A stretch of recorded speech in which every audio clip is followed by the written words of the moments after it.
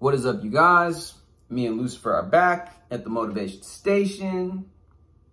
Lucifer. Sometimes he meows back, but I guess he's not feeling it right now. Anyways, and we got another post today from the deleted post from the Neville subreddit. This one is called "The Physical World is Just a Shadow of the Real World." Written by Wrath of Dog. Ironic that I got Lucifer, who's a cat, with me today. But anyways, so I was reading The Law and the Promise and had this realization. I'd heard Neville talk about it in various ways, but it never really hit home for me until now. If you can do something in your imagination that creates a change in the physical world, then the world in your imagination and not the physical world is the real world. If imaginal acts can rearrange the conditions of your physical world, then the physical world is just a shadow of imagination. This really clarified Neville's teachings for me. He's not just teaching a magic technique that we can do to get what we want, he's teaching us to reevaluate what we call reality.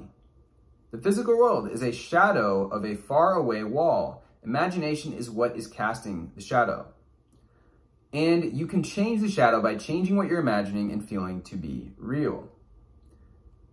It's literally Plato's allegory of the cave. Perhaps we might say, I am is the light source. Of course, Neville says all this over and over, but I just got it. This is why you don't trust your imaginal acts and persist in the feeling of the wish fulfilled, not because you have faith that the technique will work for you, because you read stories about how it worked for other people, but because you understand that the physical world is a time-delayed shadow of the real world, which is imagination. Neville called it fourth dimensional thinking. Again,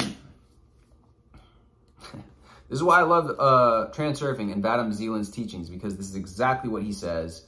And I feel like he describes it in such a way, such a logical way, that the logical mind has such an easy time understanding it and making sense of it. Because he describes in Transurfing, it's called the mirror world. The inner world of your thoughts, of your intentions, of what it is that you're putting out is the real world, and this is simply the mirror, and you have to wait till the mirror reflects the inner world. Anyways, guys, as you can tell, big fan of Vadim Zeland's.